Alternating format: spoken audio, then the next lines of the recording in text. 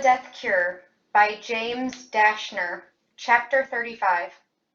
Soon they were all sitting together. The goal was to talk over what should come next, but the reality was they had nothing to say. The group of four just stared at the floor and said nothing. For some reason, Thomas couldn't get Jansen out of his head. Could going back really be the way to save Newt? Every part of him rebelled against the idea of returning to Wicked, but if he did go back and was able to complete the testing, Minot broke the sudden silence. I want you three to listen to me. He took a moment to look at each one of them, then continued. Ever since we broke out of Wicked, I've basically gone along with whatever you slintheads ended up saying we should do, and I haven't complained much. He gave Thomas a wry grin. But right here, right now, I'm making a decision and you're going to do what I say. And if anyone pushes back, to hell with you. Thomas knew what his friend wanted, and he was glad for it.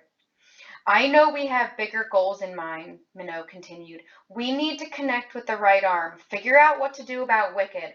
All that save the world clunk. But first, we're going to find Newt.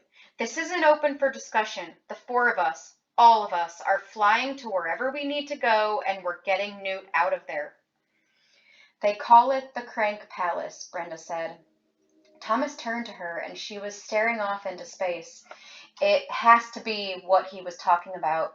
Some of those red shirts probably broke into the Berg, found Newt, and saw that he was infected. Let him leave us a note. I don't have any doubt that's what happened. Sounds fancy, Minot said. You've been there? No, every major city has a Crank Palace, a place where they send the infected and try to make it bearable for them until they reach the gone. I don't know what they do to them then, but it's not a pretty place to be, no matter who you are, so I can only imagine. Immunes run things there and get paid a lot for it because a non-immune would never risk catching the flare. If you want to go, we should think long and hard about it first. We're completely out of ammunition, so we'll be unarmed. Despite the ominous description, Minot had a glimmer of hope in his eyes. Long and hard thinking done. You know where the closest one is? Yeah, Jorge answered. We passed over it on the way here. It's just on the far side of this valley, right up against the mountains to the west. Minot clapped his hands. Then that's where we're going. Jorge, get this piece of clunk up in the sky. Thomas expected at least a little argument or resistance, but none came. I'll be glad for a little adventure, muchacho, Jorge said, standing up.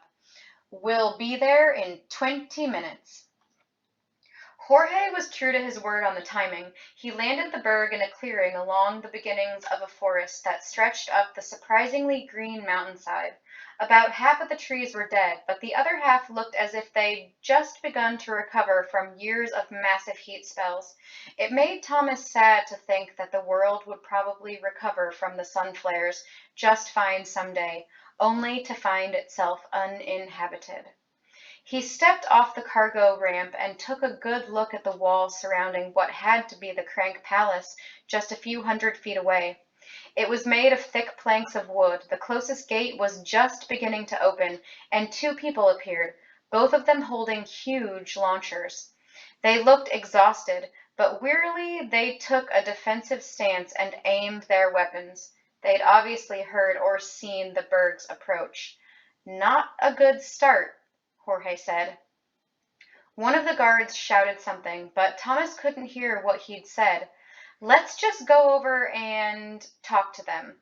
They must be immune if they have those launchers. Unless the cranks took over, offered Minot, but then he looked at Thomas with an odd grin. Either way, we're going in, and we're not leaving without Newt. The group held their heads up high and slowly walked to the gate, making sure not to do anything that would cause alarm. The last thing Thomas wanted was to be shot by a launcher grenade again. As they got closer, he saw that the two guards looked worse up close. They were filthy, sweaty, and covered in bruises and scratches. They stopped at the gate, and one of the guards stepped forward. Who the hell are you people? He asked. He had black hair and a mustache that was taller than his partner by a few good inches. You don't look much like the science goons that come in sometimes. Jorge did the talking, just as he had at the airport when they'd arrived in Denver. You wouldn't have known we were coming, muchacho. We're from Wicked, and one of our guys got captured and taken here by mistake. We'll be picking him up. Thomas was surprised. What Jorge had said was technically the truth, when he thought about it. The guard didn't seem too impressed. You think I give a crap about you and your fancy wicked jobs? You're not the first uppity up to drop in here and act like you own the place. You want to come hang out with cranks? Be my guest, especially after what's been going on lately. He stepped to the side and made an exaggerated, sweeping gesture of welcome. Enjoy your stay at the Crank Palace. No refunds or exchanges if you lose an arm or eyeball. Thomas could almost smell the tension in the air, and he worried that Minot would add some smart remark and send these guys over the edge, so he spoke up quickly. What do you mean, what's been going on lately? What's happening? The guy shrugged. It's not a very happy place, and that's all you need to know. He didn't offer anything more. Thomas already disliked the way things were going. Well, do you know if any new saying cranks didn't feel right to Thomas. People were brought here in the last day or so? Do you have a register? The other guard, short and stocky, his head shaved, cleared his throat, then spit. Who you looking for? A he or a she?